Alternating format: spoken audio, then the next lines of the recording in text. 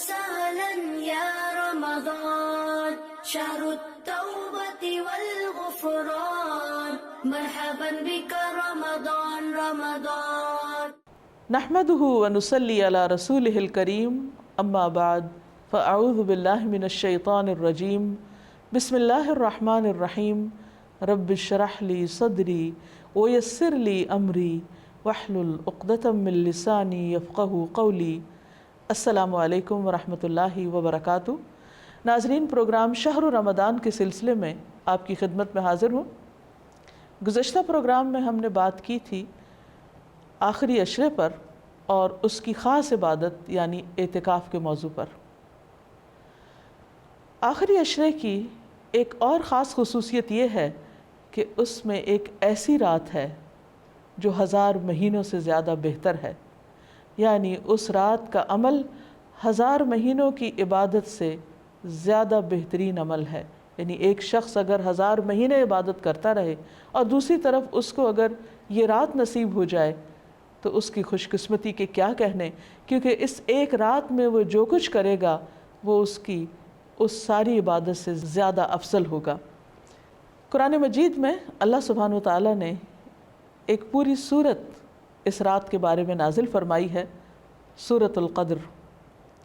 اللہ تعالیٰ فرماتے ہیں اِنَّا أَنزَلْنَاهُ فِي لَيْلَةِ الْقَدْرِ، بے شک ہم نے اس کو یعنی قرآن مجید کو لیلۃ القدر میں اتارا۔ وَمَا أَدْرَاكَ مَا لَيْلَةُ الْقَدْرِ، اور تم کیا جانو کہ لیلۃ القدر ہے کیا؟ لیلۃ القدر خیر من الف شہر، لیلۃ القدر 1000 مہینوں سے زیادہ بہتر ہے۔ گویا اس رات کی فضیلت اس بنا پر بھی ہے کہ اس میں قرآن مجید نازل کیا گیا۔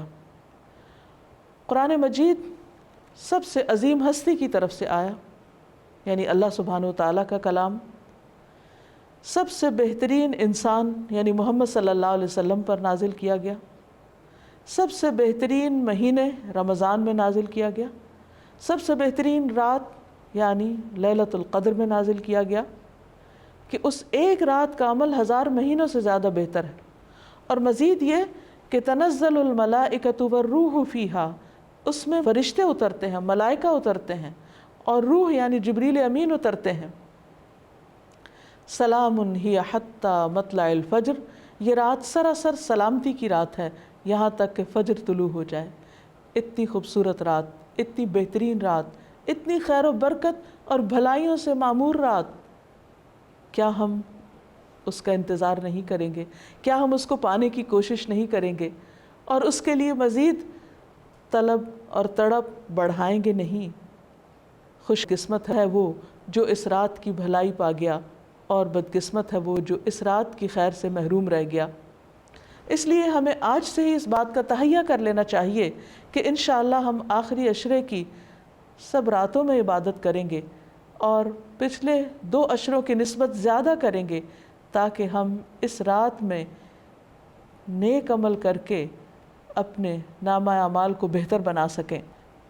اس رات کی تلاش میں اگر پورا عشرہ بھی عبادت کرنا پڑے تو کوئی مشکل کام نہیں، کوئی گھاٹے کا سودا نہیں، بلکہ نفع ہی نفع ہے، کیونکہ یہ رات جو خیر و برکت کی رات ہے، جس کو مل گئی اس کی خوش قسمتی کا کیا ٹھکانہ۔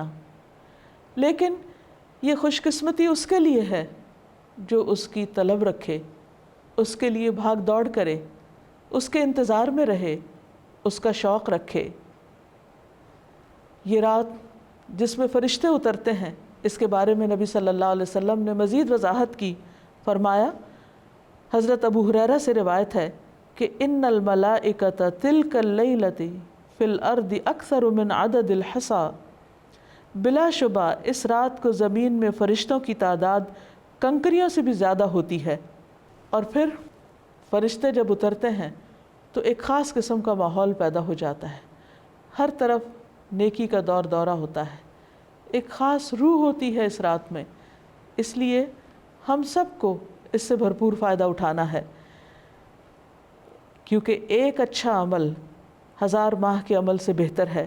حضرت انس سے روایت ہے کہ رمضان آیا تو رسول اللہ صلی اللہ علیہ وسلم نے فرمایا ان هذا الشهر قد حضركم وفيه ليلة خير من 1000 شهر من حرمها فقد حرم الخير كله ولا يحرم خيرها الا محروم، کہ لوگو یہ مہینہ جو تم پر آیا ہے اس میں ایک ایسی رات ہے جو 1000 مہینوں سے بہتر ہے، جو شخص اس سے محروم رہا وہ ہر بھلائی سے محروم رہا۔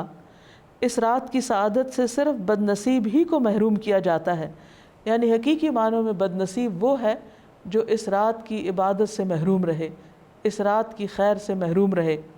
لیلۃ القدر آخری عشرے کی کوئی بھی رات ہو سکتی ہے، لیکن نبی صلی اللہ علیہ وسلم نے خاص طور پر طاق راتوں میں اسے تلاش کرنے کا حکم دیا ہے۔ ابن عمر کہتے ہیں کہ رسول اللہ صلی اللہ علیہ وسلم نے فرمایا التمسوها فی العشر الاواخر یعنی لیلۃ القدر فإن ضعف أحدكم أو عجز فلا يغلبن على السبع البواقی۔ صحیح مسلم کی اس روایت کا معنی ہے کہ رمضان کے آخری عشرے میں شب قدر تلاش کرو، پھر اگر تم میں سے کوئی کمزوری دکھائے یا عاجز ہو جائے تو آخری 7 راتوں میں سستی نہ کرے، یعنی نبی صلی اللہ علیہ وسلم نے اس کو اور شارٹ لسٹ کر دیا، پہلے 10 راتوں کا بتایا، پھر آخری 7 راتوں کی طرف توجہ دلائی۔ اس رات کا قیام گناہوں کی بخشش کا ذریعہ ہے۔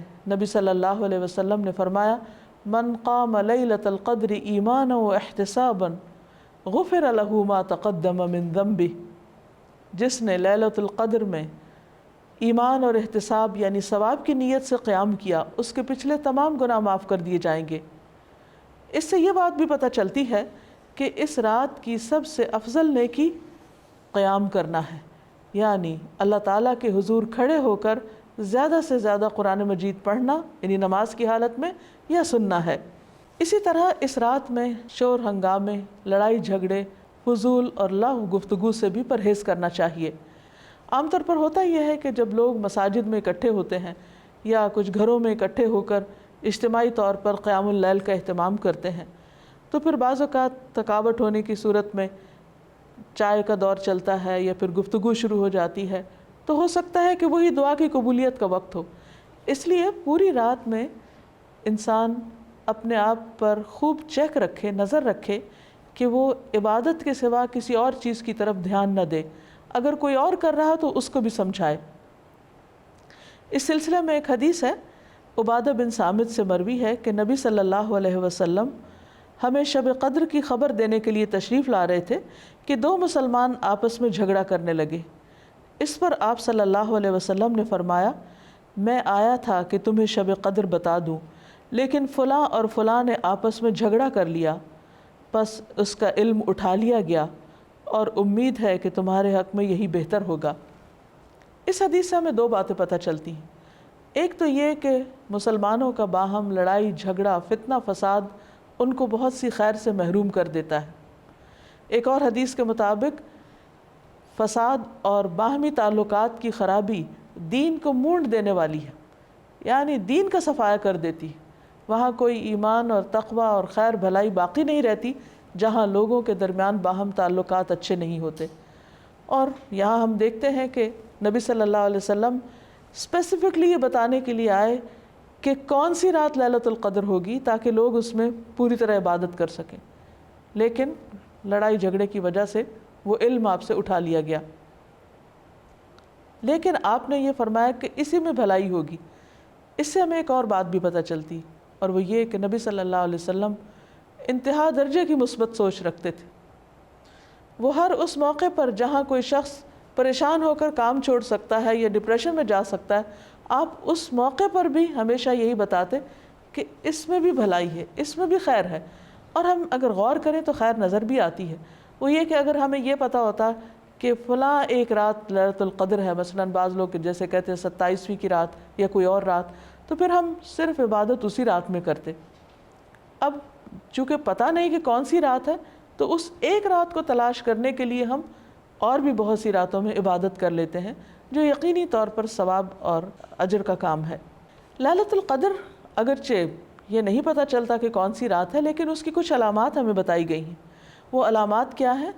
احادیث کی روشنی میں دیکھیے، نبی صلی اللہ علیہ وسلم نے فرمایا شب قدر کی صبح کو سورج کے بلند ہونے تک اس کی شعاع نہیں ہوتی، وہ ایسے ہوتا ہے جیسے تھالی، یعنی سورج نظر تو آتا ہے لیکن اس کی شعائیں نہیں نظر آتی، یعنی سورج کا رنگ ایک طرح سے مختلف ہوتا ہے۔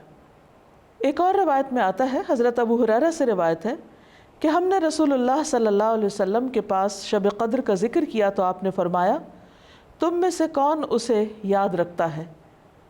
اس میں جب چاند نکلتا ہے تو ایسا ہوتا ہے جیسے بڑے تھال کا کنارہ، یعنی اس کو بھی آپ نے تھال سے تشبیہ دی، لیکن کنارہ اس لیے کہ آخری راتوں میں چاند پورا نہیں رہتا، ایک کنارے کی طرح رہ جاتا ہے۔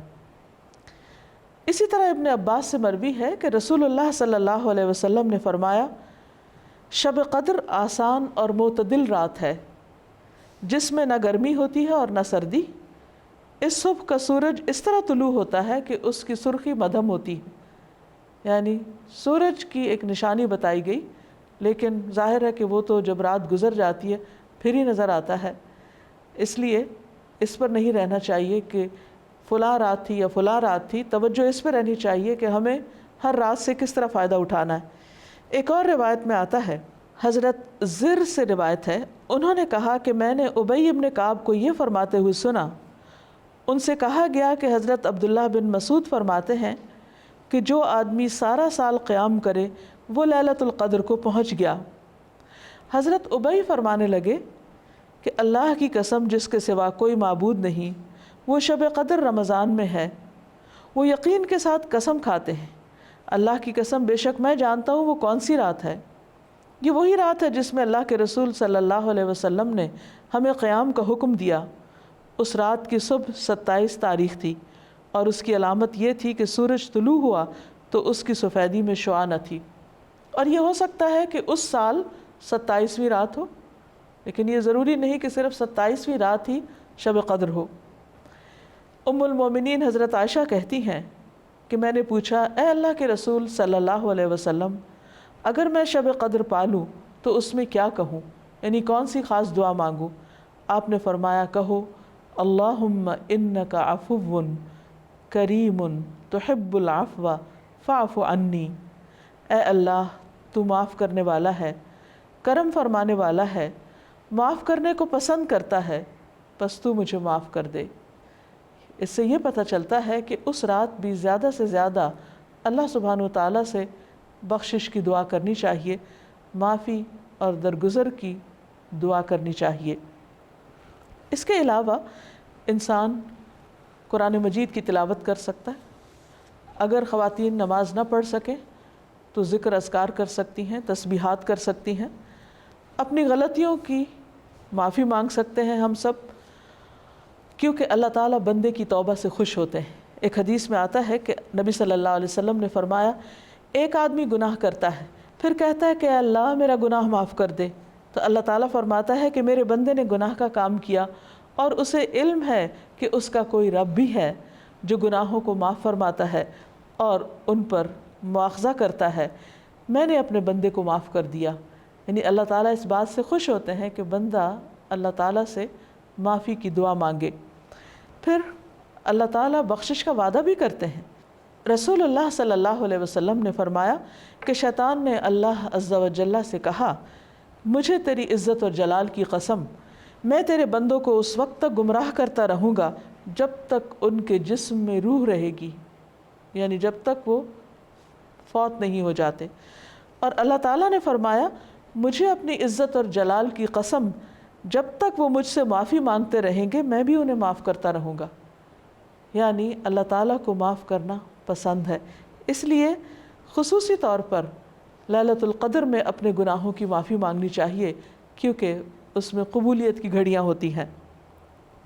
اور استغفار کا فائدہ یہ بھی ہے کہ انسان عذاب سے محفوظ رہتا ہے۔ قرآن مجید میں آتا ہے کہ اللہ تعالیٰ ان کو عذاب نہیں دیں گے جب تک وہ استغفار کرتے رہیں گے۔ کوئی بھی انسان یا قوم اپنی کوتاہیوں، غفلتوں، گناہوں کی وجہ سے اللہ تعالیٰ کو ناراض کر دیتی ہے، لیکن اللہ تعالیٰ رب الرحیم ہیں، غفور الرحیم ہیں، وہ اپنے بندوں کو معاف کر دیتے ہیں۔ لہٰذا اس موقع پر ہمیں انفرادی توبہ کے علاوہ اجتماعی توبہ بھی کرنی چاہیے۔ قرآن مجید میں اللہ تعالیٰ فرماتے ہیں وَتُوبُوا إِلَى اللَّهِ جَمِيعًا أَيُّهَا الْمُؤْمِنُونَ، اے مومنو سب مل کر اللہ سے توبہ کرو، اللہ تعالیٰ معاف فرمانے والا ہے، خواہ انسان کے گناہ آسمان کی بلندیوں تک ہی کیوں نہ پہنچ جائیں۔